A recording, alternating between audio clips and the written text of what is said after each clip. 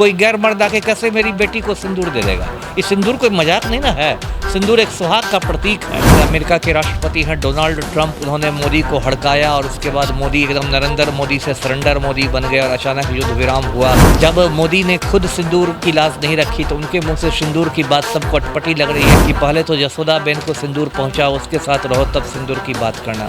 भाई प्रधानमंत्री ऐसी अजीबोगरीब बात करे, हमारे खून में गर्मा गर्म सिंदूर दौड़ा है, बताइए खून में सिंदूर कहाँ से आएगा?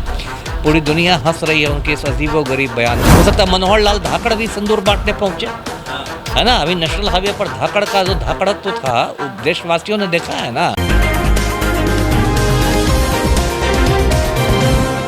ऑपरेशन सिंदूर के बाद प्रधानमंत्री नरेंद्र मोदी का देखिए पहला दौरा है, जहां 2 दिवसीय दौरे पर पीएम मोदी है। कल पटना की सड़कों पर पीएम मोदी का रोड शो देखने को मिला, जहां पटना की सड़कों पर यह देखा गया कि तिरंगों से पूरे तरीके से सजा दिया गया है।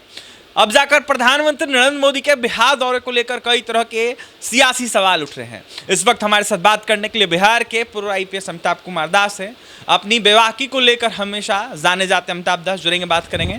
अमिताभ दास जी, क्या कहेंगे? पीएम मोदी बिहार में हैं, आज भी, कल भी बिहार में थे, बिहार दौरा कहीं ना कहीं है उनका। ऐसे में ऑपरेशन सिंदूर के बाद पहला दौरा है और कई खास मायने जो है वो कहीं ना कहीं इस दौरे को लेकर लगाए जा रहे हैं, कैसे देखेंगे?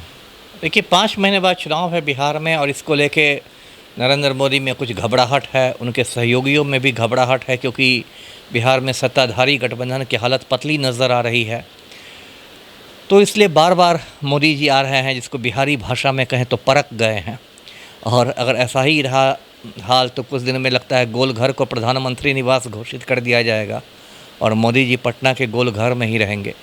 देखिए कल तो इनका रोड शो हुआ था पटना में बेली रोड में, जो सुपर फ्लॉप रहा और उसमें भीड़ आई ही नहीं, जबकि भाजपाइयों ने पैसा को पानी की तरह बहाया था, तभी भी सुपर फ्लॉप रहा। और मोदी जी को भी इतनी शर्मिंदगी उठानी पड़ी कि बेचारे गाड़ी से निकले भी नहीं, गाड़ी से निकल के उन्होंने लोगों का अभिवादन भी नहीं किया, चुपचाप गाड़ी में चले गए।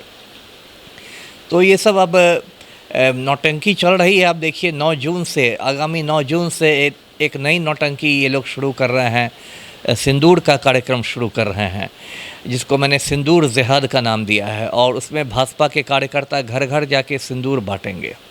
अब देखिए ये ऑपरेशन सिंदूर हुआ था 7 मई की आधी रात को, भारतीय सेनाओं ने शुरू किया था, पाकिस्तान में आतंकी ठिकानों पर हमला किया। उसके बाद जो भाजपा का पुराना चाल और चरित्र है कि हर चीज़ का ये लोग चुनावी फ़ायदा निकालना चाहते हैं। पहली बात तो ये देखिए कि ऑपरेशन सिंदूर जिन परिस्थितियों में रोका गया उसको लेके देश की सेना का मनोबल भी टूटा है और देशवासी भी हताश हुए हैं, क्योंकि जिस तरह से अमेरिका के राष्ट्रपति हैं डोनाल्ड ट्रंप, उन्होंने मोदी को हड़काया और उसके बाद मोदी एकदम नरेंद्र मोदी से सरेंडर मोदी बन गए और अचानक युद्ध विराम हुआ, उसको लेके बहुत निराशा है। अब कितने दुर्भाग्य की बात है कि भारत ने युद्ध विराम किया, इसकी सूचना लोगों को डोनाल्ड ट्रंप के ट्वीट से मिल रही है। और डोनाल्ड ट्रंप दुनिया भर में घूम घूम के कह रहे हैं, अपनी शेखी बघार रहे हैं कि हमने भारत को व्यापार रोकने की धमकी दी और युद्ध विराम करवा दिया। तो इससे तो बहुत देश की इज़्ज़त घटी है और बहुत कमज़ोर प्रधानमंत्री साबित हुए हैं मोदी जी। और लोग इंदिरा गांधी को याद कर रहे हैं जो अमेरिका के सामने नहीं झुकी थी। तो एक तो ऑपरेशन सिंदूर के साथ वो गड़बड़ी हुई, अब तक जो पहलगाम के 4 आतंकी हैं किसी को नहीं मारा जा सका है।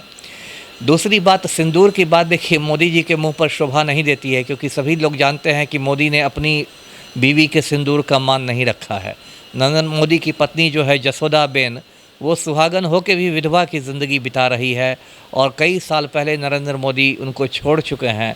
और ये हालत है कि जसोदा बेन प्रधानमंत्री आवास में कदम नहीं रख सकती है, जबकि जिस हिंदू संस्कृति की बात मोदी जी करते हैं उस हिंदू संस्कृति में सिंदूर का बहुत महत्व होता है। और जो हस्बैंड होता है वो सिंदूर की लाज रखता है, सिंदूरदान शादी की बड़ी रस्म होती है।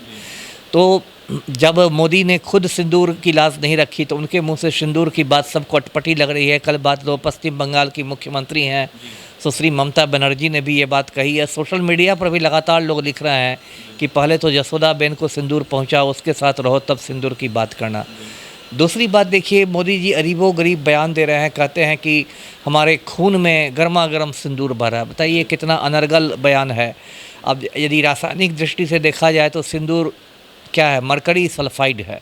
मतलब उसमें पारा भी रहता है और गंधक भी रहता है। यदि सच में सिंदूर किसी के खून में चला गया गलती से तो वो आदमी बीमार पड़ जाएगा। और ये प्रधानमंत्री ऐसी अजीबोगरीब बात करे, हमारे खून में गर्मा गर्म सिंदूर दौड़ा है। बताइए खून में सिंदूर कहाँ से आएगा? पूरी दुनिया हंस रही है उनके इस अजीबोगरीब बयान पर। अब देखिए 9 जून से जो घर घर सिंदूर पहुँचाया जाएगा, ये भी मतलब महिलाओं का एक बहुत बड़ा अपमान है।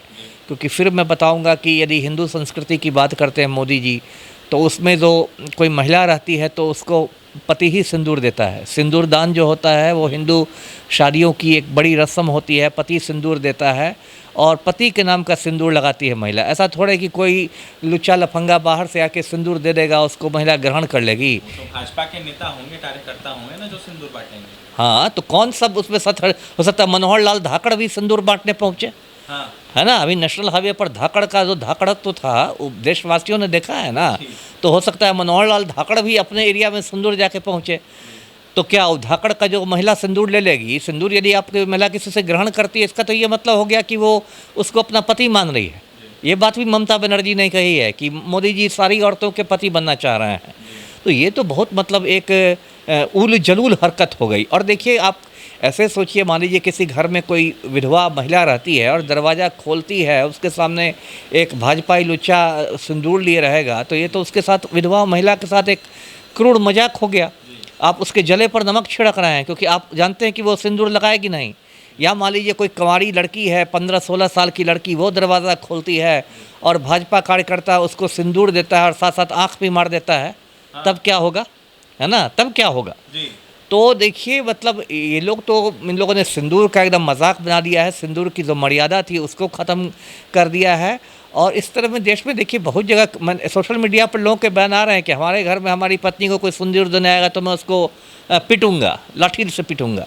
ऐसे मारपीट कोई सही बात नहीं है, लेकिन लोगों का गुस्सा झलक रहा है कि लोग इस बात पर एतराज़ कर रहे हैं कि कोई गैर मर्द आके कैसे मेरी बीवी को सिंदूर दे देगा, कोई गैर मर्द आके कैसे मेरी बेटी को सिंदूर दे देगा। ये सिंदूर कोई मजाक नहीं ना है, सिंदूर एक सुहाग का प्रतीक है।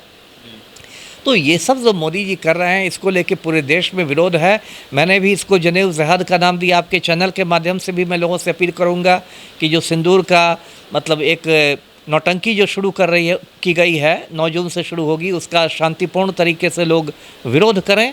और कोई भी भाजपा कार्यकर्ता घर में सिंदूर लेके आए तो उसको घर में पैर घुसने नहीं दे, रखने नहीं दे। जी, विरोध कर रहे हैं ऑपरेशन सिंदूर को देखते हुए उन लोगों का जो 9 तारीख से अभियान चलाने वाले हैं। प्रधानमंत्री नरेंद्र मोदी का बिहार यात्रा रोड शो फ्लॉप रहा। यह दावा बिहार के पूर्व आईपीएस अमिताभ कुमार दास का है, जहां अमिताभ दास ने प्रधानमंत्री नरेंद्र मोदी को जमकर निशाने पर लिया है, जहां उन्होंने कहा है कि अपनी पत्नी को पहले अच्छे से रखे प्रधानमंत्री मोदी, तब सिंदूर की बात करें। इसके साथ ही अमिताभ दास ने नसीहत दी है और जमकर भाजपा नेताओं कार्यकर्ताओं को निशाने पर लिया। यह साफ तौर पर कहा है कि उल जुलूल हरकत ये लोग कर रहे हैं, जहां ममता बनर्जी ने भी पीएम मोदी साथ ही भारतीय जनता पार्टी के नेताओं पर जमकर निशाना साधा है। फिलहाल बिहार के पूर्व आईपीएस अमिताभ कुमार दास को सुन रहे थे, जहां प्रधानमंत्री के बिहार दौरे को लेकर अपनी बातें रख रहे थे। तो वहीं ऑपरेशन सिंदूर को लेकर जो 9 तारीख से अभियान चलाया जाएगा सिंदूर को लेकर, उस पर क्या कह रहे थे अमिताभ दास आपने सुना है। पटना से सहयोगी विकास के साथ अभिषेक।